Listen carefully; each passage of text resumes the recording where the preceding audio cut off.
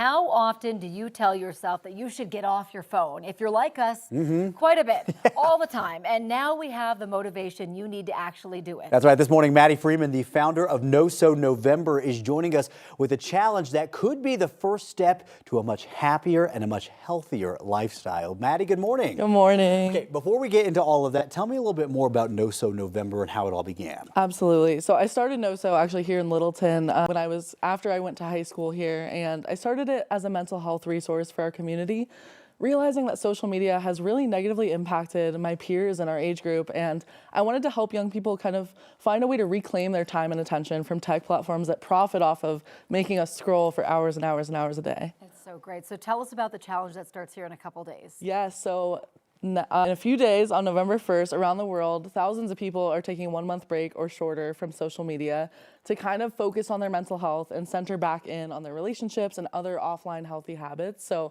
it's really a challenge to kind of take back that time and figure out what else you can do with it. Okay, so you gave us a couple options right there. So you can either take off the whole month, or you said you could scale that back a little bit. Elaborate a little bit more. Yes, so you can do a 1-day detox, you can do a few days, you can do 1 week, you can do a month. You can also just kind of take some steps like download screen time apps to decrease the amount of time you're spending on your phone. But we really encourage trying a full month because it's one of the best ways to improve your mental health.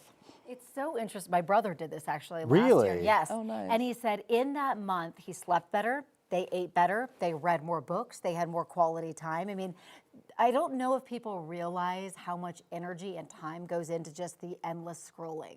Definitely. I mean, I think people don't even know how these platforms are affecting them until they actually take a step to get off of it. I mean, I was spending 10 hours a day on my phone for years and years, from 12 years old to 19 years old. And the first time I did this detox, I was shocked by how much it helped my mental health and how many other hobbies I could turn to in that time. Well, let me ask you about that, because this is not the first time that you're doing this challenge. You've had thousands of other people do this.